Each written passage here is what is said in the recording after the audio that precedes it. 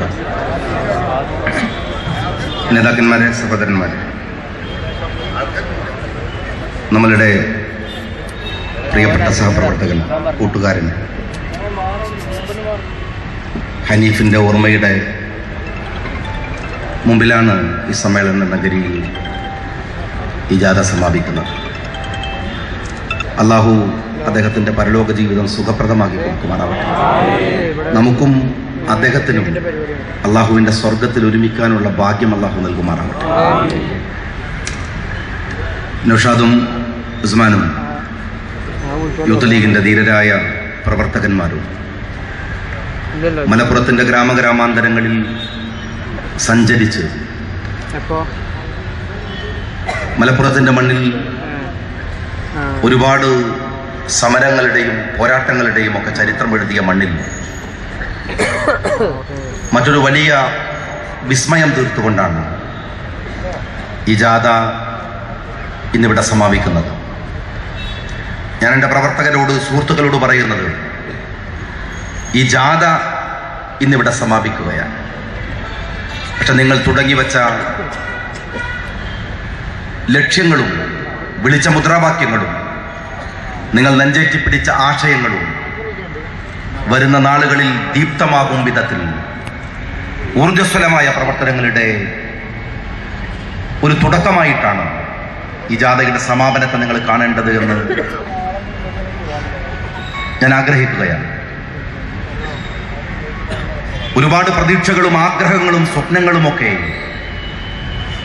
ഈ യൗവനത്തിൽ ഇന്ത്യയിലെ മുസ്ലിങ്ങൾക്കുണ്ട്. നിങ്ങളുടെ കണ്ണുകളിൽ കാണുന്ന ആവേശത്തിമർപ്പിൽ ജീവിതത്തിലെ സർവസ്വവും പ്രതീക്ഷിക്കുന്ന ഒരുപാട് ജന്മങ്ങൾ നമ്മളുടെ മുമ്പിലുണ്ട്. എന്തൊക്കെ ഓരോരുത്തർക്ക് ചെയ്യാൻ കഴിയുമെന്നത് ഞാനും നിങ്ങളും ആലോചിച്ചാൽ ചെറുതായിരിക്കാം. പക്ഷെ നമുക്ക് ചെയ്യാൻ കഴിയുന്ന ഒരുപാട് കാര്യങ്ങളുണ്ട്. ഒരുമിച്ച് നിന്നാൽ നമ്മൾ ചെയ്തു വെച്ച ഒരുപാട് അത്ഭുതങ്ങളുണ്ട്. ഒരുമിച്ച് നിന്ന് അതുകൊണ്ടൊരു തലമുറയുടെ ഒരുപാട് പേരുടെ സ്വപ്നങ്ങൾക്ക് നിറം കൊടുക്കാനും അവരുടെയൊക്കെ ജീവിതത്തിൽ കൈത്താങ്ങുകളായി നിൽക്കാനും നിങ്ങളൊക്കെ പ്രതിജ്ഞകൾ എടുക്കണം. ഒരുപാട് ഉത്തരവാദിത്തങ്ങളുണ്ട്. മഹാനായ പൂക്കോയത്തങ്ങൾ, കാഞ്ഞങ്ങാട്ടിലെ അവസാനത്തെ പ്രസംഗം പൂക്കോയത്തങ്ങളുടെ, അദ്ദേഹത്തിന്റെ അവസാനത്തെ പൊതുവേദി അതായിരുന്നു. പൂക്കോയത്തങ്ങൾ സമുദായത്തോട് പറഞ്ഞത്, സമുദായമേ, നിങ്ങൾ നിങ്ങളുടെ പെൺകുട്ടികളെ 10ാം ക്ലാസ് വരെയെങ്കിലും പഠിപ്പിക്കണമെന്നാണ്. 10ാം ക്ലാസ് വരെയെങ്കിലും പഠിപ്പിക്കണമെന്ന ഒരു തലമുറയോട് വസിയത്ത് പറഞ്ഞു നമ്മളിൽ നിന്ന് പിരിഞ്ഞു പോയ പൂക്കോയത്തങ്ങൾ. ആ പൂക്കോയത്തങ്ങളുടെ വസിയത്താണ് ഇന്ത്യൻ യൂണിയൻ മുസ്ലിം ലീഗ് ഏറ്റെടുത്തത്. CH മുഹമ്മദ് കോയ സാഹിബ് ഏറ്റെടുത്തത്. കേരളക്കരയിൽ ഒരുപാട് വിപ്ലവങ്ങൾ ആ പൂക്കോയത്തങ്ങളുടെ സമുദായം ഉണ്ടാക്കി വെച്ചു.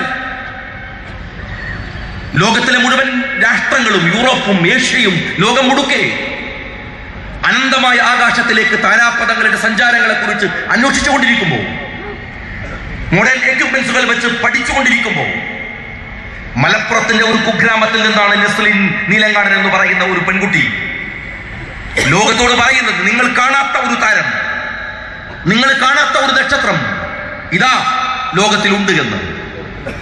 ലോകത്തിന്റെ ശാസ്ത്രത്തിന്റെ മുമ്പിലേക്ക് ആ കൊച്ചു സംഭാവന, വലിയ സംഭാവന നൽകിയത് 10ാം ക്ലാസ് വരെയെങ്കിലും നിങ്ങൾ കുട്ടികളെ പഠിപ്പിക്കണമേ എന്ന് പറഞ്ഞ സമുദായത്തിലെ ഒരു പെൺകുട്ടിയാണ്. തലമുറകളുടെ കണക്ക് പരിശോധിച്ചാൽ ബാബു പോൾ പറയുന്നത് പോലെ ഒരു പക്ഷേ നസ്ലിൻ CH മുഹമ്മദ് കോയ സാഹിബിന്റെ പേരക്കുട്ടിയാണ്. കേരളത്തിൽ ഏറ്റവും കൂടുതൽ ശമ്പളം വാങ്ങുന്ന ഒരു പെൺകുട്ടിയുടെ പേര് സൗദ എന്നാണ്. ചെറുപ്പക്കാർ ഒരുപക്ഷെ ലജ്ജിക്കണം. 1,80,00,000 രൂപ ശമ്പളം വാങ്ങുന്ന കുട്ടി മലപ്പുറത്തിന്റെ മണ്ണിൽ നിന്ന്, അല്ലെങ്കിൽ കേരളത്തിന്റെ മണ്ണിൽ നിന്ന് ഒരു മുസ്ലിം പെൺകുട്ടിയാണ്. നിങ്ങളുടെ പെൺകുട്ടികളെ 10ാം ക്ലാസ് വരെയെങ്കിലും പഠിപ്പിക്കണം എന്ന് ആഗ്രഹിച്ചു, പ്രതീക്ഷിച്ചു, വസിയത്ത് പറഞ്ഞു പോയ പൂക്കോയത്തങ്ങൾ കേരളത്തെ ഈ മനോഹരമായ അവസ്ഥയിലേക്ക് കൊണ്ടുപോയി എത്തിച്ചത് ഇന്ത്യൻ യൂണിയൻ മുസ്ലിം ലീഗിന്റെ സംഭാവനയാണ്. മുസ്ലിം ലീഗ് രാഷ്ട്രീയ പാർട്ടിയാണ്, ലീഗിന്റെ പോരാട്ടമാണ്. മുസ്ലിം ലീഗ് രാഷ്ട്രീയ പാർട്ടിയുടെ പ്രവർത്തകരോട് ഞാൻ പറയട്ടെ, ഞാനിപ്പോ സാദിഖുമായി സംസാരിക്കുമ്പോൾ പറയുകയായിരുന്നു, നിങ്ങൾ നടത്തിയ ഈ മഹാജാഥയുണ്ടല്ലോ, ഇതിലും വലിയ ജാഥ സാദിഖോ അതെങ്കിൽ സുബൈറോ നിങ്ങളൊക്കെ കൂടി നടത്ത്. എത്ര വലിയ ജാഥ നടത്തിയാലും അതിനേക്കാളൊക്കെ വലിയ ഒരു മെസ്സേജ് മുസ്ലിം ലീഗിനുണ്ട്. എന്താണെന്ന് അറിയുമോ? കോഴിക്കോട്ടെ JDT-യുടെ അങ്കണത്തിൽ ഇവിടുത്തെ ജമാഅത്തെ ഇസ്ലാമിക്കാരൻ ഒരു സെമിനാർ നടത്തുമ്പോ അവിടെ പുരോഗമനത്തിന്റെ വക്താവായി വെച്ചത് ബാപ്പക്ക് തങ്ങളുടെ ഫോട്ടോയാണെങ്കിൽ എന്ത് അംഗീകാരമാണ് ഇന്ത്യൻ യൂണിയൻ മുസ്ലിം ലീഗിന് വേറെ വേണ്ടത്? മലബാറിന്റെ ചരിത്രം അന്വേഷിക്കുമ്പോ, കേരളത്തിന്റെ ചരിത്രം അന്വേഷിക്കുമ്പോ നവോത്ഥാന നായകന്റെ പേര് പറയുമ്പോൾ ബാഫക്ക് തങ്ങളുടെ പേര് പറയേണ്ടി വരുന്നത് ജമാഅത്തെ ഇസ്ലാമിക്കാണെങ്കിൽ ഇന്ത്യൻ യൂണിയൻ മുസ്ലിം ലീഗിനെ ചോദ്യം ചെയ്യാൻ ആർക്ക് കഴിയും? വേറെ നിങ്ങൾ വോട്ട് ചെയ്യരുതെന്ന് പറഞ്ഞവർ, വോട്ട് ചെയ്യരുതെന്ന് പറഞ്ഞ അതിനപ്പുറമില്ലല്ലോ, ജോലി എടുക്കരുതെന്ന് പറഞ്ഞവർ, ശമ്പളം ഹറാമെന്ന് പറഞ്ഞവർ, ഈ താക്കൂത്തിയുടെ ഭരണത്തിലെ ശ്വാസം പോലും ഹറാമെന്ന് പറഞ്ഞവർ, അവരാണ് ഇന്ത്യൻ യൂണിയൻ മുസ്ലിം ലീഗ് ഉണ്ടാക്കി 10-67 കൊല്ലം കഴിയുമ്പോ ഈ കേരളത്തിന്റെ നവോത്ഥാന നായകനായ മഹാനായ ബാഫക്ക് തങ്ങളെ ചൂണ്ടിക്കാണിക്കുന്നതെങ്കിൽ ഞാൻ ചോദിക്കട്ടെ, എന്റെ സഹോദരന്മാരെ, അംഗീകാരത്തിന്റെ പോരാട്ടത്തിന്റെ നമ്മുടെ വഴികളിൽ മറ്റെന്താണ് ഒരു ചരിത്ര വിദ്യാർത്ഥി അന്വേഷിച്ചാൽ നമുക്ക് ഉണ്ടാക്കാനാവുക, കിട്ടാനാവുക? ഇവിടെ പലരും പറഞ്ഞു, രാഷ്ട്രീയത്തിൽ കേരളത്തിലെ മുസ്ലിം യൂത്ത് ലീഗിനെ സംബന്ധിച്ചിടത്തോളം കുഞ്ഞാലിക്കുട്ടി സാഹിബ് പറഞ്ഞു, അമാത്മിയെ കുറിച്ച് അദ്ദേഹം സൂചിപ്പിക്കുകയുണ്ടായി. കേരളത്തിലെ മുസ്ലിം യുവതയെ സംബന്ധിച്ചിടത്തോളം ഇന്നലെയും ചില നിരീക്ഷണങ്ങൾ വന്നു. അമാത്മിയുമായി ബന്ധപ്പെട്ട് വന്നത് 82% വോട്ടർമാർ, 18 വയസ്സ് മുതൽ 40 വയസ്സ് വരെയുള്ള 82% വോട്ടർമാർ അമാത്മിക്കു ചെയ്തത് ജീവിതത്തിൽ ആദ്യമായി വോട്ട് ചെയ്യുന്നവരാണ്. ജീവിതത്തിൽ ആദ്യമായി. എന്നാൽ കേരളത്തിൽ അങ്ങനെ ഒരു വികാരമല്ല. പിറന്നു വീഴുന്ന കാലം മുതൽ വോട്ട് ചെയ്യാൻ ആവുന്ന കാലത്ത് വോട്ട്. എന്നാൽ കയ്യിലൊരു പതാക പിടിക്കാൻ അവന് ആരോഗ്യമുണ്ടാകുന്ന സമയത്ത് MSF-ന്റെ യൂത്ത് ലീഗിന്റെ പതാക പിടിച്ചു പിച്ച വെച്ച് വന്ന ഒരു യൗവനം ഇതുപോലെ ചെറുപ്പക്കാരനെ സംഘടിപ്പിക്കാൻ ഒരു ജില്ലാ ജാഥക്കല്ല, സംസ്ഥാന ജാഥക്ക് കഴിയില്ല. മറ്റൊരു രാഷ്ട്രീയ പാർട്ടിക്കും ഒരാൾക്കുമാവില്ല. ഇവിടുത്തെ DYFI-കാരനും കഴിയില്ല, ഇവിടുത്തെ യൂത്ത് കോൺഗ്രസുകാരനും കഴിയില്ല, ഇവിടുത്തെ ഒരു രാഷ്ട്രീയ പാർട്ടിക്കാരനും കഴിയില്ല. എന്തുകൊണ്ട്? ഞാൻ ചോദിക്കട്ടെ. അരാഷ്ട്രീയത്തെ ഭയപ്പെടുകയാണ്. TB രാജേഷിനെ പോലെയുള്ള DYFI-യുടെ നേതാക്കന്മാർ പറയുന്നു, അരാഷ്ട്രീയം വരികയാണ്, സമരങ്ങൾ ജയിക്കുന്നില്ല, പാർട്ടിക്ക് മുന്നോട്ട് പോകാൻ കഴിയുന്നില്ല, പാർട്ടി വിജയിക്കുന്നില്ല. എങ്ങനെയാണ് സഹോദരന്മാരെ പാർട്ടി വിജയിക്കുക? എങ്ങനെയാണ് സഹോദരന്മാരെ നിങ്ങളുടെയൊക്കെ വാക്കുകൾ വിശ്വസിച്ച് ഒരു തലമുറ നിങ്ങളുടെ മുമ്പിലേക്ക് വരിക? നിങ്ങൾക്ക് വിളിക്കാൻ എന്ത് മുദ്രാവാക്യമാണുള്ളത്? ഞങ്ങൾ ഒരു തലമുറയുടെ മുമ്പിൽ നിൽക്കുന്നത് സുതാര്യമായിട്ടാണ്. ഞങ്ങൾ കാണിച്ചു കൊടുക്കാൻ അവർക്ക് ഒരുപാട് നേട്ടങ്ങളുണ്ട്. കാസർഗോഡ് മുതൽ തിരുവനന്തപുരം വരെ പോകുമ്പോ അവൻ വഴിത്താരകളിൽ കാണുന്ന ഓരോ മണൽത്തരികളും ഇന്ത്യൻ യൂണിയൻ മുസ്ലിം ലീഗ് രാഷ്ട്രീയത്തോട് സംവദിക്കാവുന്ന വിധത്തിൽ ചരിത്രം അതിന് മറുപടി പറയാനാകുന്നുണ്ട്. അത് ലീഗ് പറയണ്ട, ലീഗ് രാഷ്ട്രീയ പാർട്ടി പറയണ്ട. നിങ്ങൾക്ക് എന്താ പറയാനുള്ളത്? ഞാൻ ചോദിക്കട്ടെ, എന്താ നിങ്ങൾക്ക് പറയാനുള്ളത്? ഒരു പാർലമെന്റ് തെരഞ്ഞെടുപ്പ് വരില്ലേ? ആ പാർലമെന്റ് തെരഞ്ഞെടുപ്പ് വരുമ്പോ നിങ്ങൾ എന്താ പറയുന്നത്?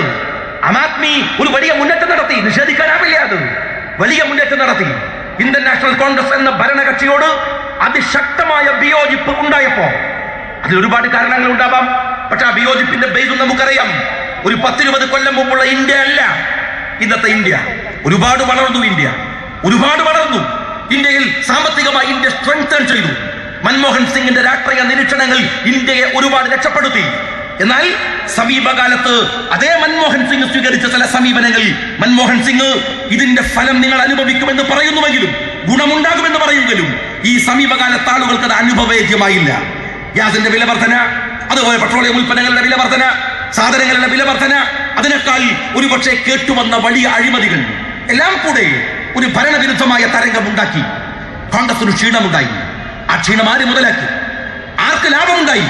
ഇന്ത്യയിലെ ഫാഷിസ്റ്റുകൾക്ക്. ഡൽഹിയിൽ അമാത്മി എന്ന് പറയുന്ന ഇന്നലെ പറന്ന കുഞ്ഞ് അവർക്ക് അധികാരത്തിലേക്കുള്ള വഴിവെട്ടി.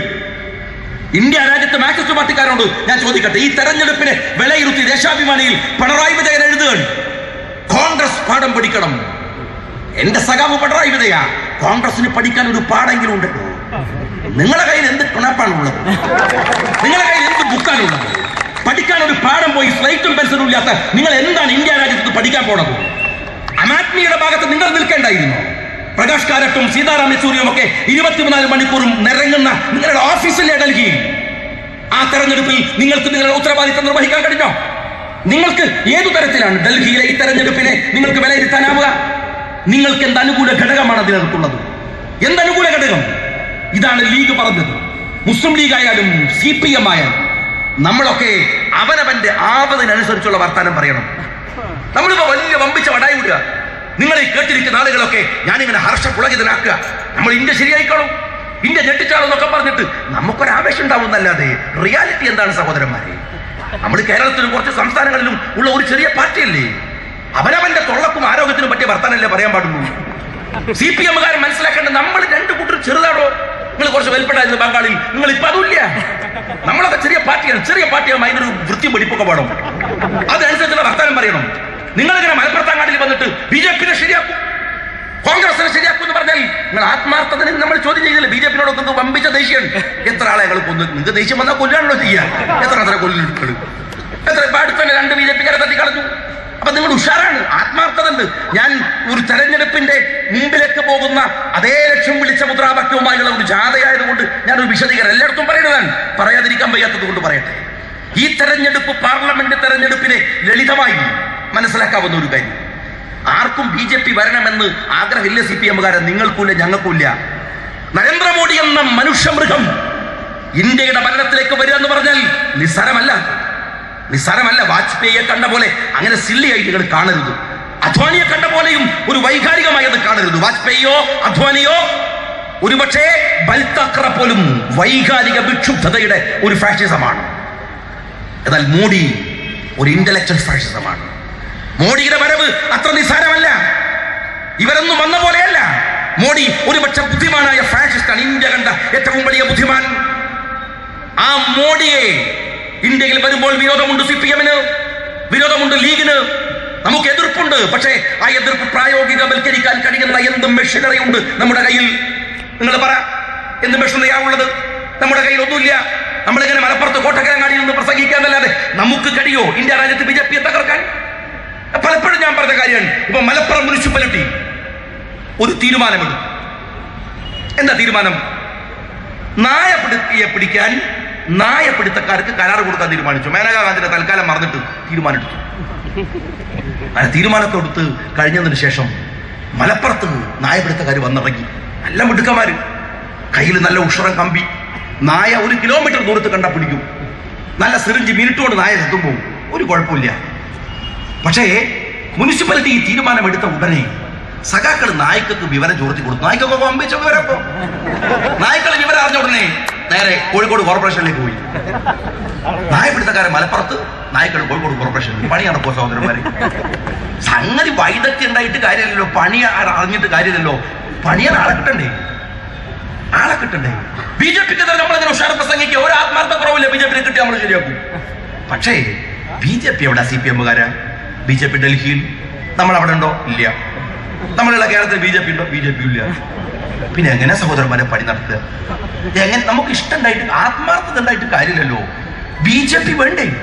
BJP-യെ തകർക്കാൻ കഴിയുന്ന ഇന്ത്യയിലെ ഏക മതേതര കക്ഷി കോൺഗ്രസ് ആണ്. ആ കോൺഗ്രസിനെ പിന്തുണക്കാം. അപ്പൊ നിങ്ങൾ പറഞ്ഞത് എന്താണ്? കോൺഗ്രസ് അഥവാ ബുദ്ധിമുട്ടാണെങ്കിൽ നമ്മൾ കോൺഗ്രസിന് പിന്തുണ കൊടുക്കും. അങ്ങനെ നിങ്ങൾ ഇങ്ങനെ ബുദ്ധിമുട്ടി പിന്തുണ കൊടുക്കണ്ടേ? നേരിട്ട് ഇവിടുന്ന് കൊടുത്താൽ പോരെ. ഞാൻ പറയുന്നത്, രാജ്യം ഒരു ഗൗരവപ്പെട്ട തെരഞ്ഞെടുപ്പിനെ അഭിമുഖീകരിക്കുമ്പോ ആ തെരഞ്ഞെടുപ്പിൽ നിങ്ങൾക്ക് പറയാനുള്ള ന്യായം എന്താണ്? നിങ്ങൾ BJP-യെ തകർക്കുമെന്ന് പറഞ്ഞാൽ ഇനി കേരളത്തിൽ BJP-യെ മുഖാമുഖം നേരിടാൻ നിങ്ങൾക്ക് ഭാഗ്യം ഉണ്ടായിട്ടുണ്ടോ? കാസർഗോഡ് ലീഗാണ്, മഞ്ചേശ്വരത്ത് ലീഗാണ്, തിരുവനന്തപുരം ഈസ്റ്റിൽ കോൺഗ്രസ് ആണ്. അത്യപൂർവമായി BJP-യെ കണ്ടുകിട്ടുന്ന കേരളത്തിലെ 3 മണ്ഡലം, തിരുവനന്തപുരം ഈസ്റ്റ്, കാസർഗോഡ്, അതല്ല ആ മഞ്ചേശ്വരം, 3 മണ്ഡലത്തിലും ഞങ്ങളാണ്. അപൂർവമായി BJP-യെ കണ്ടുകിട്ടുമ്പോ അവിടെയും CPM ഇല്ല. CPM-മായി മുഖാമുഖം ഒന്ന് മത്സരിക്കാൻ പോലും ഭാഗ്യമില്ലാത്ത നിങ്ങൾ എങ്ങനെയാണ് സഹോദരന്മാരെ BJP-യെ തകർക്കുക? നിങ്ങൾക്കാവില്ല, നിങ്ങൾക്ക് കഴിയില്ല. ഇനി മറ്റൊന്ന്, നിങ്ങൾക്കൊരു തെരഞ്ഞെടുപ്പിന് നിൽക്കാനുള്ള ആരോഗ്യം ഉണ്ടോ? ഇപ്പോ അതിന് കഴിയോ? നിങ്ങൾക്ക് അതിന് കഴിയാവുന്ന പരുവത്തിലാണോ CPM ഉള്ളത്? ഒരുപാട് കഥകളൊന്നും ഞാൻ പറയണില്ല. ഇപ്പൊ ഏറ്റവും അടുത്ത് നിങ്ങൾ കണ്ടില്ലേ, ഞങ്ങൾ പറഞ്ഞു ഇത് അഴിമതിയുടെ കൂടാരമാണ്. കള്ളന്മാരുടെ, കുട്ടിക്കൊടുപ്പുകാരുടെ, കൊലപാതകികളുടെ ചോരമണക്കുന്ന പാർട്ടിയാണത്. ആ പാർട്ടിയിൽ നിങ്ങൾ ആലോചിക്കുക, കേരളം കണ്ട ഏറ്റവും വേദനാജനകമായ ഒരു സംഭവമല്ലേ ചാക്ക് രാധാകൃഷ്ണൻ എന്ന് പറയുന്ന ആളുമായി ആരോപിക്കപ്പെട്ടത്? ഒരു പാവപ്പെട്ട പിതാവ്, അയാളുടെ 2 പിഞ്ചു മക്കൾ, എന്തോ ഭാഗ്യത്തിന് രക്ഷപ്പെട്ടു പോയതല്ലേ ആ ഭാര്യ. ആ കൊലപാതകത്തിന്റെ കേസിൽ ജയിലിലും കോടതിയിലും നിരന്തരം ഇറങ്ങി നടക്കുന്ന ചാക്കിനെ നിങ്ങളെ പ്രിയത്തിൽ ആദരിച്ചു. അവസാനം ചാക്ക് രാധാകൃഷ്ണന് കമ്മ്യൂണിസത്തെ നിങ്ങൾ എഴുതി കൊടുത്തു. ദേശാഭിമാനിയുടെ 10-30 സെന്റിലധികം ഇല്ലേ എഴുതി കൊടുത്തപ്പോ എന്താ പറഞ്ഞത്? അത് വേറൊരു ചാക്ക് വന്നു. അല്ല, വേറെ ചാക്കല്ല, വേറെ ചാക്കോ വന്നു. ചാക്കാണോ ചാക്കോയാണോ എന്ന് സിനിമ ചോദിച്ച പോലെ ഉറപ്പില്ല. ആദ്യം വന്നത് ചാക്കോ വന്ന് ഒരു 2 ദിവസത്തെ ബിനാമി. അത് കഴിഞ്ഞപ്പോ യഥാർത്ഥ ചാക്ക് വന്ന് സ്ഥിരമായ ബിനാമി. എന്നാൽ ചാക്കിന്റെ ബിനാമി ആരാണ്? ചാക്കെന്ന് പറയുന്നവൻ പിണറായിയുടെ ബിനാമിയാണ്. ദേശാഭിമാനി വിറ്റത് CPM ആണ്, വാങ്ങിയതും CPM ആണ്. സഖാക്കളെ, വാങ്ങിയതും CPM ആണ്. പിണറായി വാങ്ങിയതാണ്. നിങ്ങൾ പറഞ്ഞല്ലോ, കേരളത്തിലെ ഒരു പക്ഷേ ദേശാഭിമാനി എന്ന CPM-ന്റെ ആ സ്വത്ത് കേരളത്തിലെ CPM മാത്രമല്ല, ഒരുപാട് പേരുടെ രക്തമൂട്ടിയെടുത്ത സ്ഥാപനമാണ്. എത്ര പേരുടെ വിയർപ്പിന്റെ തുണ്ട് വൈകുന്നേരം അധ്വാനിച്ചു വന്ന് മടിശീലയിലെ പണമെടുത്ത് ദേശാഭിമാനിക്ക് കൊടുത്ത എത്ര ധീര സഖാക്കളുണ്ട് ഈ രാജ്യത്ത്. അവന്റെ ചോരയാണ് 3.5 കോടി ഉറുപ്പികയോളം വില വരുന്നതിന് ദേശാഭിമാനി കൊടുത്തത്. എനിക്ക് CPM-കാരോട് വലിയ സങ്കടമുണ്ട്. ആ സങ്കടം തീർക്കാൻ എന്നാലാവുന്ന ഒരു പണി ഞാൻ പറഞ്ഞു തരട്ടെ. നിങ്ങളിപ്പോ നിങ്ങളുടെ ഭൂമി വിറ്റത് എത്രക്കാണ്? തിരുവനന്തപുരത്തിന്റെ കണ്ണായ സ്ഥലത്ത് 3.5 കോടി ഉറുപ്പികക്ക് ഇല്ലേ? എനിക്ക് നിങ്ങളോട് സ്നേഹമുള്ളതുകൊണ്ട് ഞാൻ പറയട്ടെ, നിങ്ങൾ പിണറായി വിജയനോട് പറ, ആ കച്ചവടം ഒന്ന് ക്യാൻസൽ ചെയ്യും. ഞാനൊരു 10 കോടി ഉറുപ്പിക തരാം. ഞാൻ MLA. വെറുതെ മലപ്പുറത്ത് വന്ന് പ്രസംഗിച്ച് പോവല്ല. ആ കച്ചവടം ചാക്കിന്റെ കയ്യിൽ നിന്ന് ക്യാൻസൽ ചെയ്യാൻ നിങ്ങൾ ഒരുക്കമുണ്ടോ? കണ്ണായ ഭൂമിയിലെ തിരുവനന്തപുരം നാളെ എഗ്രിമെന്റ് ചെയ്യാം. ഒരു MLA പറയാണ് 10 കോടി ഉറുപ്പിക പിണറായി വിജയ വരുമോ? അതിന്റെ കമ്മീഷൻ ജാഥ നടത്തിയ സ്ഥിതിക്ക് നമ്മൾ നൗഷാദിനും ഉസ്മാനും കൊടുക്കുന്നതാണ്. അതിന്റെ കമ്മീഷൻ എനിക്ക് എന്തായാലും വേണ്ട. ഞാൻ പറയുന്നത് 10 കോടി രൂപ എന്ന് പറയുന്നത് അതിന്റെ വില 15 കോടി ആയതുകൊണ്ടാണ്.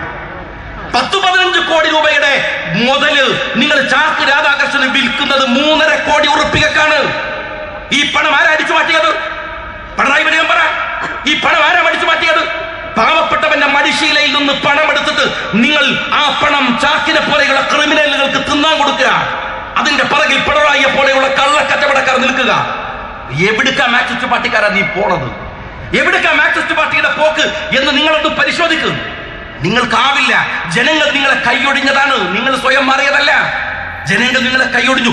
ആലോചിച്ച് നോക്ക് സഹോദരന്മാരെ. ഇപ്പോ ഈ MSF-കാർ, യൂത്ത് ലീഗുകാർ ഈ പ്രകടനം നയിക്കുമ്പോൾ എനിക്ക് അതിന്റെ ഒരു പൊളിറ്റിക്സ് അറിയാം. സംഗതി എന്താണ്? ഒരു പ്രകടനം പാർലമെന്റ് തെരഞ്ഞെടുപ്പിനെ ശക്തി പ്രാപിപ്പിക്കാൻ. അത് മാത്രമല്ലല്ലോ, നമ്മളുടെ ഒരു ആവേശം ഡിസ്ചാർജ് ചെയ്യേണ്ട പ്രശ്നം കൂടി ഉണ്ട്.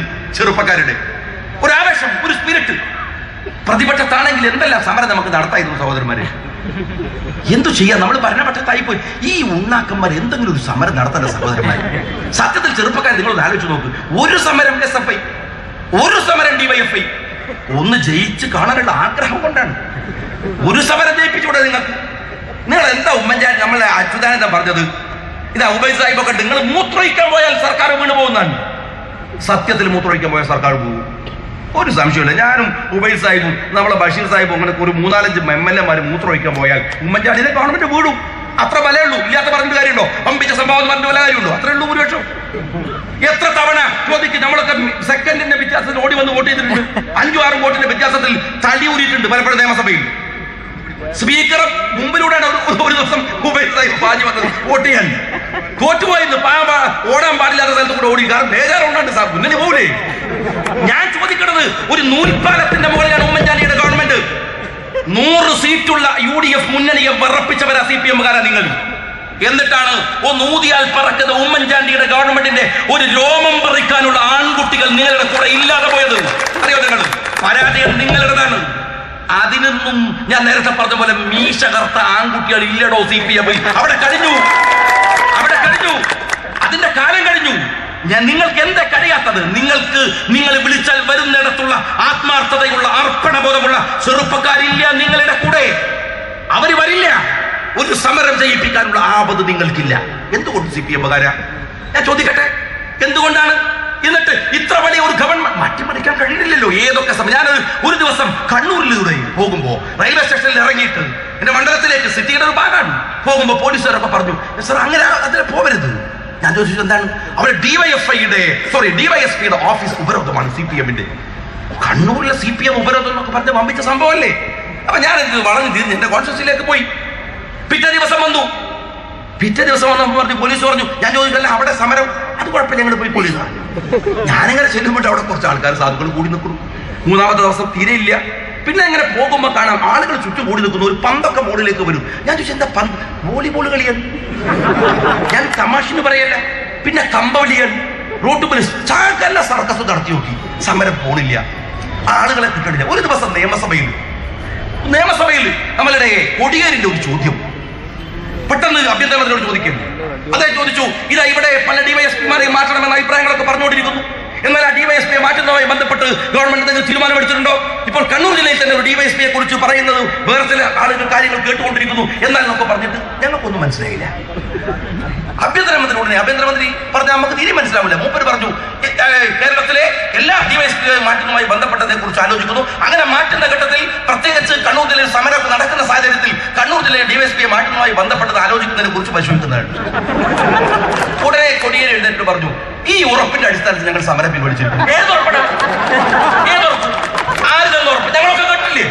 നിയമസഭയിൽ റെക്കോർഡല്ലേ? ആരുറപ്പ് കേട്ടോ? ഇന്നലെ ഞാൻ ഒരു പരിപാടിക്ക് പോകുമ്പോ കണ്ണൂരിലെ ഡിവൈഎസ്പി എന്നെ വിളിച്ചിട്ട് പറഞ്ഞു, സാർ ഞാൻ നിങ്ങളുടെ മണ്ഡലത്തിൽ മടങ്ങുന്ന ഈ ജൂറിസ്ഡിക്ഷനിൽ നിന്ന് പോവാണ്, ഞാൻ ഇഷ്ടിയിലേക്ക് പോവാണ്. അപ്പൊ ഞാൻ ചോദിച്ചു, 2.5 കൊല്ലം മുമ്പ് നിങ്ങൾക്കെതിരല്ലേ സമരം? അതൊക്കെ ശരിയല്ല, പക്ഷെ ഞാൻ ഇപ്പഴാ പോട്ടെന്നാണ്. ആ സമരം നടത്തിയതാണ്. ആ സമരം പിൻവലിച്ച സഖാക്കൾ അവരെ വഴിക്ക് പോയി. പിന്നെ സഖാക്കളെ കണ്ടിട്ടില്ല. പങ്കാളിത്ത പഞ്ചമനുഷ്യൻ എന്തായിരുന്നു സമരം? ഏത് ജാതി സമരമായിരുന്നു? ഒരു മന്ത്രി പരസ്യമായിട്ട് പറഞ്ഞ നമ്മളെ ബാബുനോട് വന്നിട്ട് സഖാക്കൾ ഡിവൈഎഫ്ഐയുടെ നേതാക്കന്മാർ സഖാക്കൾ ചോദിച്ചു, എന്റെ ബാബുട്ട, നിങ്ങൾ മുഖ്യമന്ത്രിയുടെ ഗ്രൂപ്പുകാരന് സ്വന്തം ആളുമല്ലേ, എന്തെങ്കിലും നാക്കി സമരം ഒത്തുതീർപ്പാക്കപ്പാ. മുഖ്യമന്ത്രി ബാബുട്ടൻ പറഞ്ഞു, എനിക്ക് ആഗ്രഹമില്ലാഞ്ഞിട്ടല്ല സഖാക്കളെ, മുഖ്യമന്ത്രി സമ്മതിക്കൂല. അപ്പൊ ചോദിച്ചു, ഒന്ന് വിളിച്ചാൽ മതി, ഞങ്ങൾ എന്തെങ്കിലും സെറ്റിൽ ആയിക്കൂടെ? മുഖ്യമന്ത്രി മിസ് അടിക്കാൻ പറയപ്പാ. അപ്പൊ നമ്മൾ അങ്ങോട്ട് വിളിച്ചോളെ, ആരാ മിസ് അടിച്ച? മുഖ്യമന്ത്രി എന്നാ പിന്നെ നോക്കട്ടെ. അങ്ങനെ തീർക്കപ്പാ. രാത്രി 12:30 മണിക്കാണ് നിങ്ങൾ പങ്കാളിത്ത പെൻഷൻ സമരം പിൻവലിക്കുന്നത്. ഭൂസമരം നിങ്ങൾ എന്താ പറയുക, ഭൂമി പിടിച്ചെടുക്കാൻ പോവാണ്, മിച്ച ഭൂമി. പിണറായി പറഞ്ഞു, സഖാക്കളെ അറസ്റ്റ് ഭരിക്കണം. സഖാക്കളെ മനസ്സ് പറഞ്ഞു, പോയി പണിയോട്ട്. ഒരു കുട്ടി അറസ്റ്റ് ഭരിച്ചില്ല കേരളത്തിൽ. ആ സമരം കഴിഞ്ഞു. അത് കഴിഞ്ഞപ്പോഴല്ലേ ചരിത്ര പ്രസിദ്ധമായ നമ്മളുടെ സെക്രട്ടേറിയറ്റ് ഉപരോധം വരുന്നത്. എന്തായിരുന്നു സാർ? നമ്മുടെ നാട്ടിൽ പണ്ടൊക്കെ ഹജ്ജിന് യാത്രയപ്പ് ഭയങ്കര, ഇപ്പൊ സാധാരണയായി അങ്ങനെ വലിയ യാത്രയപ്പൊന്നുമില്ല. അങ്ങനെ പോക്കാൻ ഈസി ആയില്ലേ?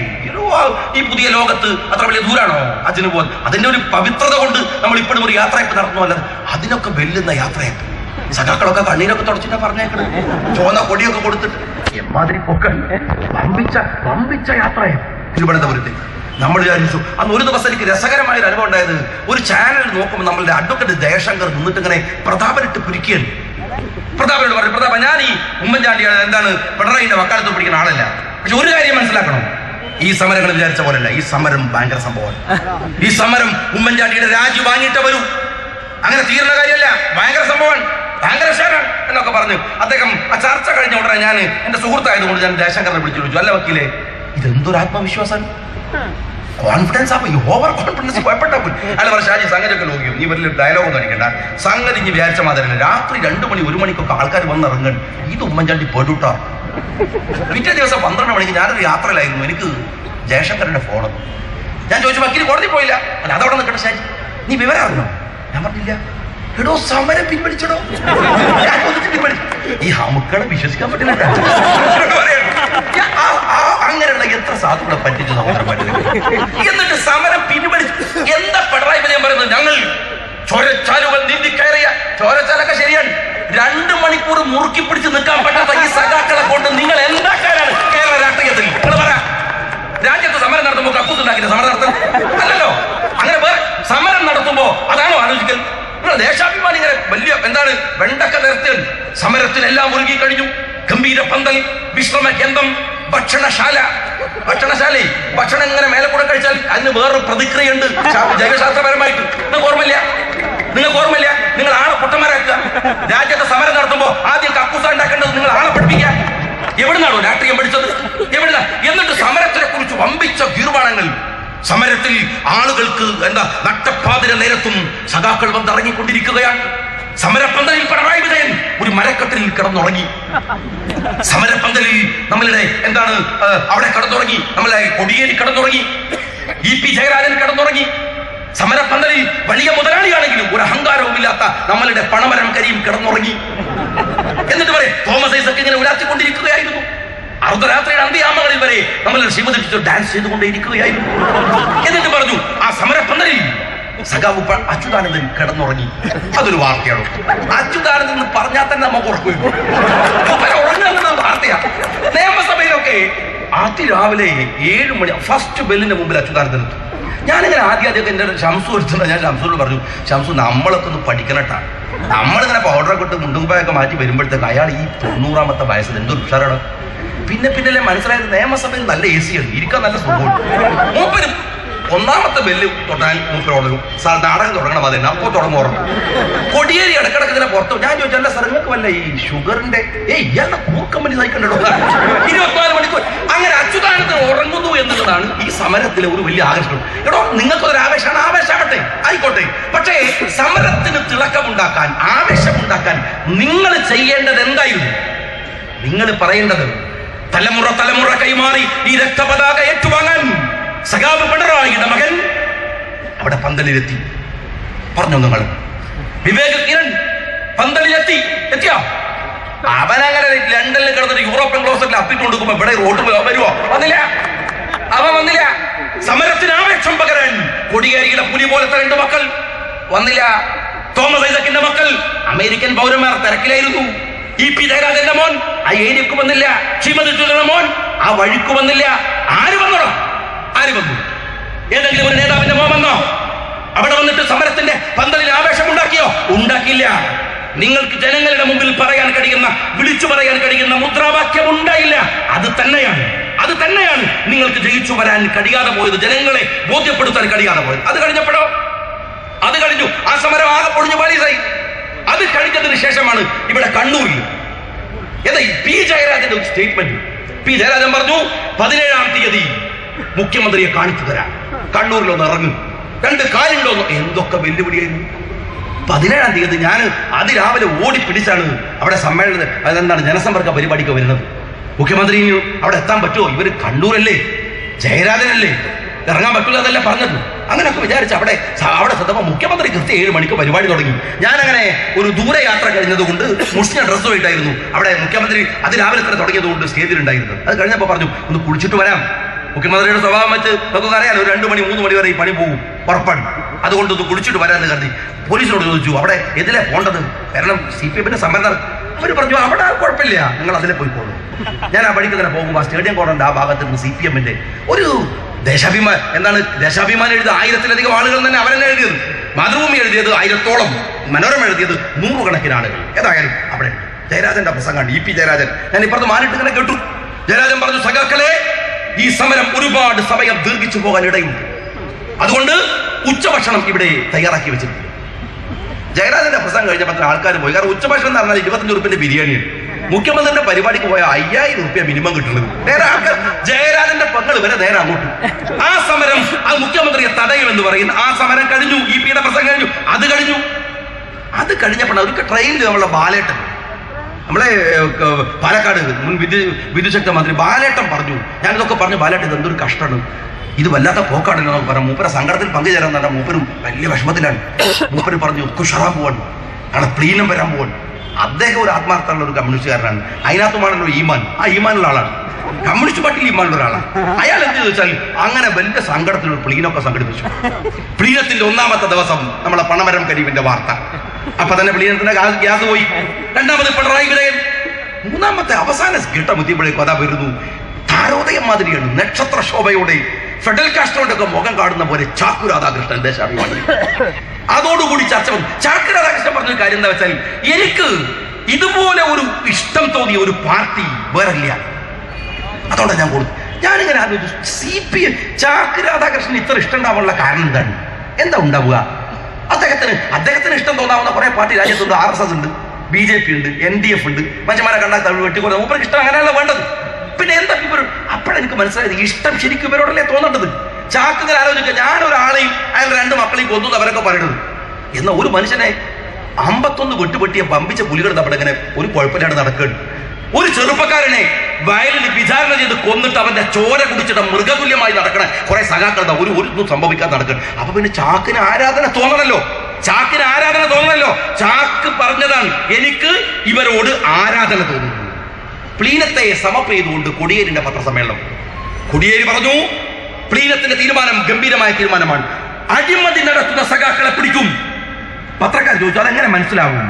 അപ്പൊ പറഞ്ഞു, അവനവന്റെ ജീവിത വരുമാനത്തിന് മുകളിൽ ജീവിക്കുന്നവരെ.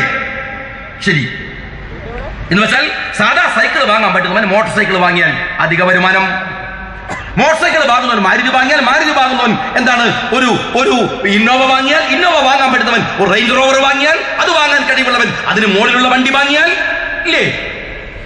ഞാൻ ചോദിക്കട്ടെ, കൊടിയേരി തന്നെയല്ലേ പത്രസമ്മേളനം നടത്തിയത്? കൊടിയേരിന്റെ മകന്റെ കണക്ക് പറ. കൊടിയേരിന്റെ ഒരു മകൻ നടന്നു പോവുകയാണെങ്കിൽ ജ്വല്ലറിന്റെ പരസ്യം പോലെയാണ്. ഞാൻ ഈ അടുത്ത് ദുബായിൽ നിന്ന് വരുമ്പോ അവിടെ നല്ല സെക്യൂരിറ്റി ചെക്ക് ചെയ്യാൻ നിങ്ങൾക്ക് അറിയാലോ, തൊട്ട് മുമ്പിൽ കൊടിയേരിന്റെ മോൻ. ഞാനങ്ങനെ നോക്കുന്നുണ്ട്, ഇയാളെ കുറെ ആളുകൾ വരുന്നു, കാണുന്നു, വമ്പിച്ച പുലികളൊക്കെ വന്ന് ആശംസകളൊക്കെ പറഞ്ഞു പോണു, ഇയാൾ ഇങ്ങനെ കാത്തു നിൽക്കണം. അപ്പൊ ഒരു ബോക്സിൽ നമ്മളുടെ ബെൽറ്റ് അടക്കം ഷൂ അടക്കം അഴിച്ചു വെക്കണം. നമ്മൾ അത് കഴിഞ്ഞപ്പോ ഇയാൾ ആദ്യം കയ്യില് 5 വിരലിൽ നിന്ന് മോതിരഴിച്ചു വെച്ചു. അത് കഴിഞ്ഞ് നിങ്ങളെ കയ്യിലിട്ടിട്ട് ഒരു 3-4 മാല അതിനകത്ത് വെച്ചു. സ്വർണത്തിൻ്റെതാണ്. അരയിലുണ്ടോന്ന് ഞാൻ നോക്കിയിട്ടില്ല. ഏകദേശം കയ്യിൽ നിന്ന് മറ്റേ കലാഭവമണിന്റെ വാതിലുള്ള വലിയൊരു വള, ഇതെല്ലാം കൂടി വെച്ചിട്ട് ഇവൻ എവിടുന്നാടോ പണം? കൊടിയേരി പറ. എന്തായിരുന്നു കൊടിയേരിന്റെ മക്കൾക്ക് ദുബൈയിൽ കോടികളുടെ ബിസിനസ് ചെയ്യാൻ എവിടുന്ന് പണം കിട്ടി? നിങ്ങൾ പിണറായി വിജയനോട് ഞങ്ങൾ വളരെ വിനയത്തോടെ ചോദിച്ചതല്ലേ, സഖാവ് പിണറായി വിജയ, നിങ്ങൾ വിവേക് കിരണം പഠിപ്പിക്കുന്നത് കുഴപ്പം ഞങ്ങൾക്കില്ല, എവിടുന്ന ഈ പണം? നിങ്ങൾ പറ, എവിടുന്ന് കിട്ടി പണം? പറഞ്ഞില്ല. ഞാൻ എന്റെ 3 മക്കൾ എന്റെ വീട്ടിന്റെ 100 മീറ്റർ പോലും ഇല്ല, നടന്നു പോകാം. 100 മീറ്റർ അപ്പുറം പോയ സ്കൂളാണ്. ആ 3 മക്കളെ പഠിപ്പിക്കാനുള്ള അതാപും വെള്ളിയാഴ്ച നമുക്കറിയാം. മക്കളെ പഠിപ്പിക്കുന്നവർക്കൊക്കെ അറിയാം എത്ര പൈസ വേണം. സാധാ നമ്മുടെ നാട്ടിലെ സ്കൂൾ പഠിപ്പിക്കണമെങ്കിൽ എത്ര ലക്ഷങ്ങൾ വേണം ഒരു കൊല്ലം.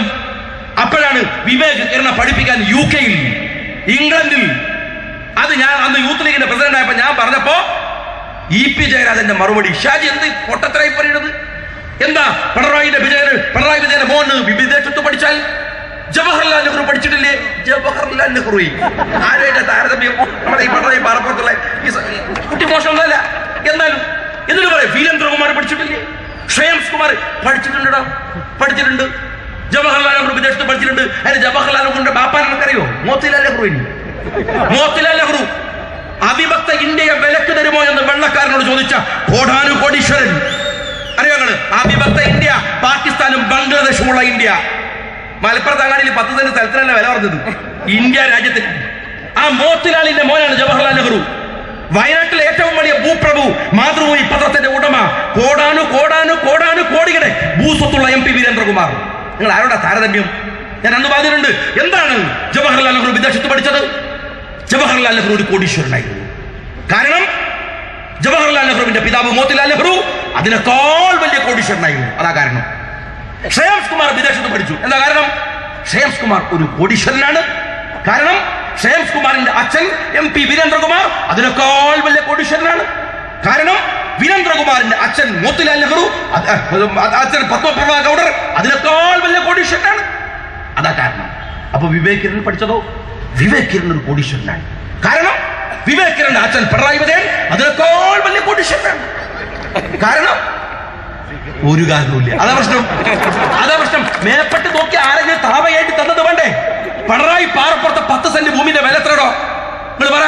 ജവഹർലാൽ നെഹ്റുവിനോടും വീരേന്ദ്രകുമാറിനോടും താരതമ്യം ചെയ്യുന്നത് കേരളത്തിലെ തൊഴിലാളി നേതാവ് പിണറായി വിജയന്റെ മോനെയാണ്. അറിയോ നിങ്ങൾ എവിടുന്നായി പണം ഉണ്ടായത്? ജീവിതത്തിൽ ജീവിക്കുന്നതിനപ്പുറമുള്ള വരുമാനമുള്ള സഖാബിനെ പിടിക്കുമെങ്കിൽ ആദ്യം പിടിക്കേണ്ടത് പാർട്ടി സെക്രട്ടറിയാണ്. ചെന്നൈയിൽ നിന്ന് സിംഗപ്പൂരിലേക്ക് ഏറ്റവും കൂടുതൽ വിമാനയാത്ര നടത്തിയതിന് സിംഗപ്പൂർ എയർലൈൻസിന്റെ അവാർഡ് കിട്ടിയത് ആർക്കാണെന്നറിയോ നിങ്ങൾ? MP വീരേന്ദ്രകുമാറിനല്ല, പിണറായി വിജയനാണ്. എന്താണ് സിംഗപ്പൂരിൽ? പിണറായിന്റെ ഭാര്യ കമല ഫൗണ്ടേഷൻ സിംഗപ്പൂർ ആസ്ഥാനമാണ്. എവിടുന്നാ പണം? നിങ്ങൾ പറ, എവിടുന്നാ ഈ വരുമാനങ്ങൾ ഉണ്ടാക്കിയത് എന്ന് പറയാൻ നിങ്ങൾക്ക് കഴിയുമോ? പ്ലീനത്തിന്റെ 2ാമത്തെ തീരുമാനം എന്താണ്? സഖാക്കൾ വിനയമുള്ളവരാവണം. നല്ല തീരുമാനമാണ്. എന്തോ ഒരു വിനയാണ്. ആരെ കണ്ടില്ല വിനയം പഠിക്കണം? നമ്മളെ 3 ജയരാജന്മാർ നിങ്ങൾ കണ്ടിട്ടില്ലേ? വായി കൈയിട്ടാ കടിക്കൂല. എന്തൊരു സാധുക്കളാണ്. അപ്പൊ TV ഒക്കെ ഇപ്പൊ വലിയ പ്രശ്നമല്ലോ. TV ഇങ്ങനെ കാണിച്ചുകൊണ്ടിരിക്കുകയാണ്. എങ്ങനെ സഖാക്കൾ വിനയമുള്ളവരാവണം. അപ്പം MP ജയരാജൻ മതിൽ അങ്ങോട്ട് ചാടും. പോലീസ് സ്റ്റേഷനിലാണ്. സഖാക്കൾ വിനയമുള്ളവരാവണം. ഇങ്ങോട്ട് ചാടും. മതിൽ ചാടിക്കിടന്ന് ഈ പത്രപ്രവർത്തകർ തെറ്റിദ്ധരിച്ചതല്ലേ? സത്യത്തില് പോലീസിനെ കൊണ്ട് ആ ഡോറൊന്ന് തുറപ്പിക്കണ്ട എന്നുള്ള വിനയം കൊണ്ട് ചാടിയതാണ്. അങ്ങനെ വരെ ഡോർ നമ്മൾ ചാടിക്കൊള്ളപ്പാ എന്തൊരു വിനയാണ്. പി ജയരാജനൊക്കെ പിണറായി വിജയനല്ലോ നിങ്ങളെ സെക്രട്ടറി. അദ്ദേഹം എന്നോടൊരു സഖാവ് ആത്മാർത്ഥമായിട്ട് പറഞ്ഞതാണ്, ഷാജിക്ക് എനിക്കൊന്നുമില്ല, നമ്മുടെ സെക്രട്ടറി ഒന്ന് ചിരിച്ചിട്ട് മരിച്ചാൽ മതി. അതൊന്നും കണ്ടിട്ട് ഇങ്ങനെ ബിങ്ങി പിടിച്ച മോന്തയായിട്ട് ഇങ്ങനെ നടക്കല്ലേ സഹോദരൻ നിങ്ങൾ. ഞാൻ ഇന്ന് എന്ത് പിന്നീടോ ഗോപാലകൃഷ്ണ കോഴിക്കോട് നിന്ന് വിളിക്കുകയാണ്. എടോ ഗോപാലകൃഷ്ണ, ഞാൻ കണ്ടിട്ടുണ്ട് കോഴിക്കോട്ടെ തലമുതിർന്ന പത്രപ്രവർത്തകൻ ഗോപാലകൃഷ്ണേട്ടനെ. ആന്റണി ഗോപാലകൃഷ്ണേട്ടൻ ഇങ്ങനെ നടന്നു പോകുമ്പോൾ ഓടിച്ചെന്ന് കൈ പിടിക്കുന്നത് ഞാൻ കണ്ടിട്ടുണ്ട്. കരുണാകരൻ എന്നും പേര് ചൊല്ലി ബഹുമാനിച്ചിരുന്നു. വലിയ തലമുതിർന്ന മാന്യനായ പത്രപ്രവർത്തകൻ. അയാളെ വിളിച്ചതാ പിണറായി. എടോ ഗോപാലകൃഷ്ണ, കത്തി കണ്ടിട്ടുണ്ടോ? ബിഷപ്പിനെ വിളിച്ചതാണ്. നികർത്ത ജീവി. കോട്ടയം വെക്കാം. കേരള ഹൗസിലെ സാധാരണക്കാരനായ ഒരു തൊഴിലാളിയെ പിണറായി വിളിച്ച ചീത്ത കേട്ടിട്ടുണ്ടോ നിങ്ങൾ ആരെയാ വിനയം പഠിപ്പിക്കാൻ വരുന്ന സഖാക്കളെ? എന്നിട്ട് സഖാക്കൾ പറഞ്ഞു അതിനേക്കാൾ വലിയൊരു കാര്യം പറഞ്ഞു. എന്താണെന്നറിയോ? കേരളം അഭിമുഖീകരിക്കുന്ന ഗൗരവപ്പെട്ട ഒരു പ്രശ്നം എന്താണ്? വിവാഹ സമയത്ത് വധു നിൽക്കുകയും വരൻ ഇരിക്കുകയും ചെയ്തതേ സഖാക്കളെ. ഭയങ്കര സംഭവമാണ്. അത് മാറിയ കേരളം രക്ഷപ്പെട്ടില്ലേ? ചെറിയ കാര്യം. വധു നിൽക്കുകയും വരൻ ഇരിക്കുകയും ചെയ്യരുത്. നാലാമത്തെ കാര്യം, നിങ്ങൾ പള്ളിയിൽ പോയിക്കോ. എന്താണ്? നിങ്ങൾ മുസ്ലിം ആയിക്കോ ക്രിസ്ത്യാനി ആയിക്കോ ഏത് മതത്തിലായാലും തർക്കമില്ല. പക്ഷേ ആരാധനാ കർമ്മങ്ങളും വള്ളിയും ഏർപ്പാടൊന്നും ആയിട്ട് നടക്കാൻ പാടില്ല. പെണ്ണെട്ടിക്കോളി കുട്ടിയാണ് പാടില്ല. അതാണ് അതിന് അങ്ങനെ ഒരു ഗ്യാരണ്ടി. നിങ്ങൾ കല്യാണം കഴിച്ചു എന്നിട്ട് പറയാൻ പൂജകൾ പാടില്ല. ഞാൻ പിണറായി വിജയനോട് പറയട്ടെ, എന്തിന്റെ പൂജ പാടില്ല? എന്തിന്റെ പൂജ പാടില്ല? ഈ അടുത്ത കാലത്ത് ഞാൻ യൂത്ത് ലീഗിന്റെ സംസ്ഥാന പ്രസിഡന്റ് ആയിരിക്കുന്ന സമയത്ത് ഞാൻ അന്നൊരു പത്രസമ്മേളനം നടത്തിയിട്ട് പറഞ്ഞു, പിണറായി വിജയൻ ഒരു വമ്പിച്ച കോടീശ്വരം ഒരു വമ്പിച്ച വീടുണ്ടാക്കി. ഇപ്പോഴും വിവാദമുണ്ട്. ഒരാൾ ആ ഫോട്ടോ കാണിച്ചിട്ടില്ല, വീടിന്റെ ഷൈമാനി വരെ കാണിച്ചിട്ടില്ല ഫോട്ടോ. അതൊക്കെ പറഞ്ഞ് വലിയ വിവാദം ഉണ്ടാക്കിയതാണ്. ആ ഫോട്ടോ എടുക്കാൻ പോയ ആളുകളെ മർദ്ദിച്ച് അവശരാക്കി. അങ്ങ് ഏറാമലയിൽ സഖാക്കൾ പോയപ്പോ അവരെ പാർട്ടിയിൽ നിന്ന് സസ്പെൻഡ് ചെയ്തു. വലിയ വിഷയമായി. പക്ഷേ ഞാൻ ചോദിക്കുന്നത്, പിണറായി വിജയനും കുടുംബവും ആ വീട്ടിൽ വിവാദമുണ്ടായ വീട്ടിൽ ഇപ്പോൾ താമസിക്കുന്നുണ്ടോ ഇല്ലയോ? ഇല്ല. എന്താ കാര്യം അറിയോ? ഈ അടുത്ത് ഒരു മതസംഘടനയുടെ പരിപാടിക്ക് പിണറായി വിജയൻ പോയി. പിണറായി വിജയൻ പോകുന്ന മതസംഘടന പരിപാടിയൊക്കെ നമുക്ക് ഏതാണെന്ന് മനസ്സിലാവുമല്ലോ.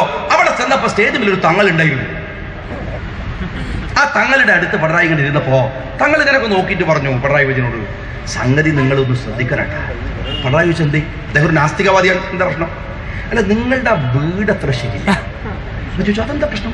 ആ വീട്ടിൽ നിങ്ങൾ പോയതിനു ശേഷമാണ് എല്ലാ കുഴപ്പം തുടങ്ങി. അതിനുശേഷമാണ് ആ 370 കോടി പുറത്തു വന്നത്.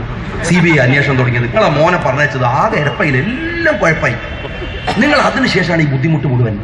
സംഗതി മീറ്റിംഗ് ഒക്കെ കഴിഞ്ഞെങ്കിലും പിണറായി വിജയൻ വീട്ടിലേക്ക് പോകുമ്പോൾ ആലോചിച്ച് നോക്കുമ്പോൾ ഏകദേശം ഒക്കെ കുഴപ്പത്താണ്.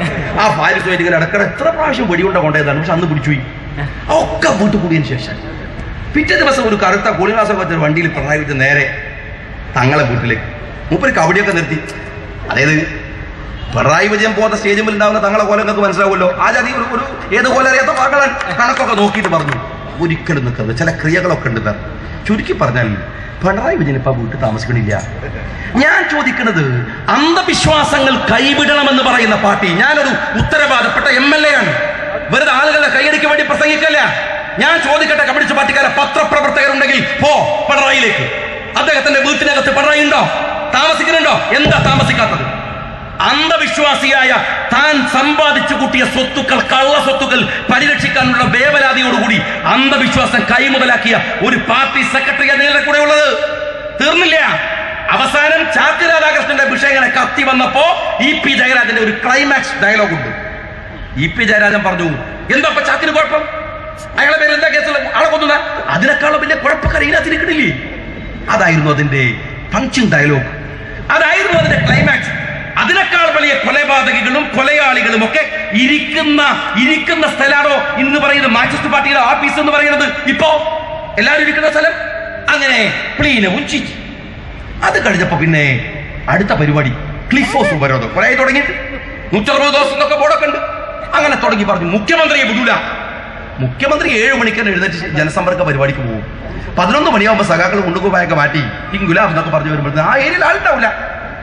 അങ്ങനെ നമ്മളുടെ എന്തൊക്കെ പറഞ്ഞാലും നമ്മളെ അച്യുതാനന്ദന് നാവ് പൊന്നനിട്ട. മൂപ്പര് പറഞ്ഞെന്താ വെച്ചാൽ സ്ത്രീകൾ ചൂലെടുത്ത് റോട്ടുമലർന്നതാണ്. നമ്മൾ വെച്ച് നമ്മളെ കൊള്ളയാണ്. അല്ല, ഓരോ കൊള്ള തന്നെയാണ്. പക്ഷെ മിസ്റ്റേക്ക് പറ്റി എന്താന്ന് വെച്ചാൽ ചൂലെടുക്കുന്ന കാലത്തെ കുറിച്ച് മൂപ്പർക്ക് അറിയുള്ളൂ. പക്ഷെ പെണ്ണുങ്ങൾ വന്നത് കൈറ്റിക്കൊണ്ട് എടുത്തിട്ടുണ്ട്. ഏത് ജാതി ചീത്തയാടോ സത്യത്തിൽ സങ്കടം. നമ്മളെ കടകംപള്ളി സുരേന്ദ്രൻ പോയിട്ട് പോലീസിനോട് പറയാ എന്തൊരു വർത്താനം. ഞാൻ ആ TV രാജേഷിന്റെ കാര്യത്തിൽ കണ്ടതിന് ശേഷം ഇത്ര സങ്കടമുള്ള സീൻ വേറെ കണ്ടിട്ടില്ല. എന്തൊരു തോന്നിയ അങ്ങോട്ട് ഓടുക പോലീസിനോട് ഒന്ന് മാന്തിട്ട് നോക്കപ്പാ ഒന്ന് മര്യാദക്ക് പറയാൻ പറയാം. പെണ്ണുങ്ങൾ ഇങ്ങനെയാണ് ഡയലോഗ്. ഇപ്പൊ നമ്മുടെ പെണ്ണുങ്ങളൊക്കെ ഇങ്ങനെ വർത്താനം പറയണേ. എവിടെ പോയതാണ് എപ്പാ വരിക? ഇപ്പൊ അവരെ തടങ്ങും. അതാ പുതിയ ട്രെൻഡ്. ഭൂലോക ചീത്തയാണ്. നിങ്ങൾ ആലോചിച്ച് നോക്കി എമ്മാതിരി ചീത്തയാടോ. അവസാനം പോകുമ്പോ പെണ്ണുങ്ങളുടെ ഡയലോഗ് ഉണ്ട്. എന്റെ പോലൊക്കെ വല്ല ചമരം.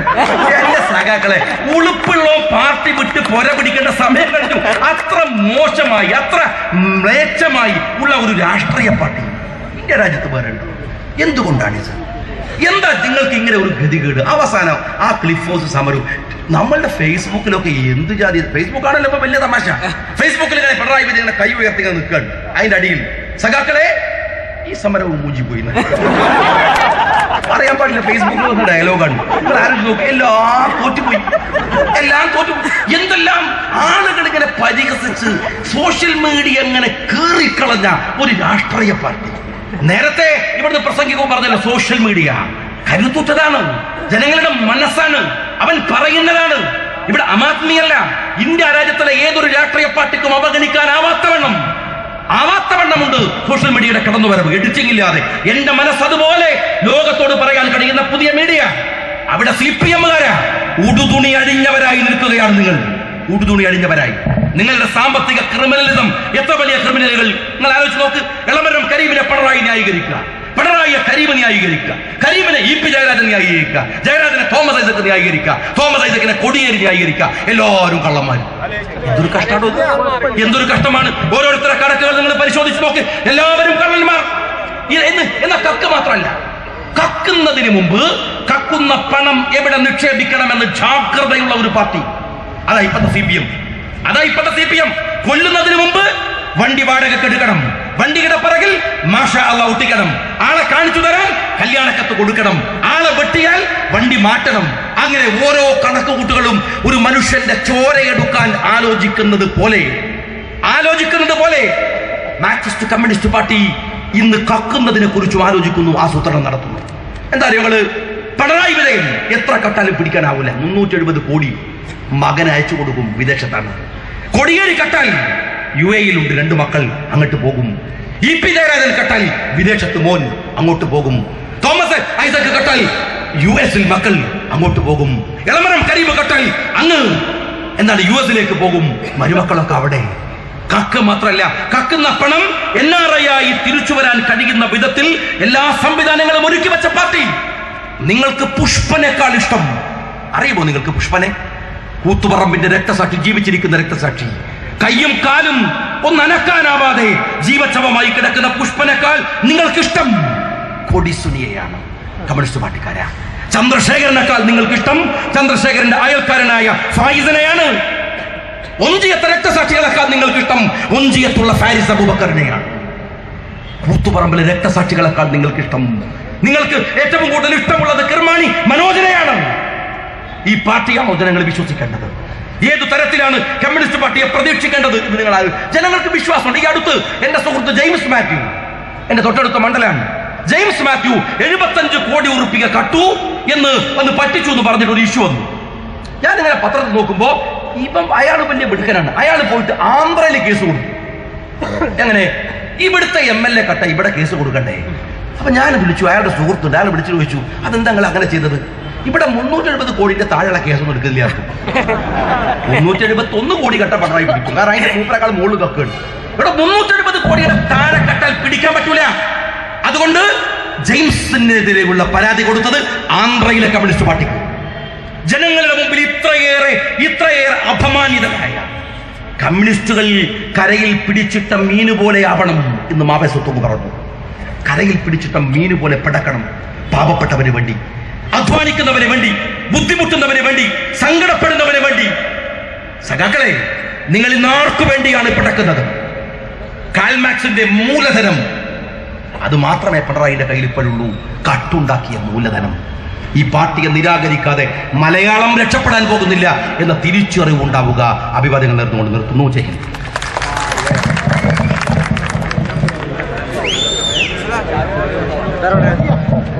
അഭിനന്ദനായ സിറാജ് ഇബ്രാഹിം സേട്ട് അടുത്ത് സംസാരിക്കും. അദ്ദേഹത്തിന്റെ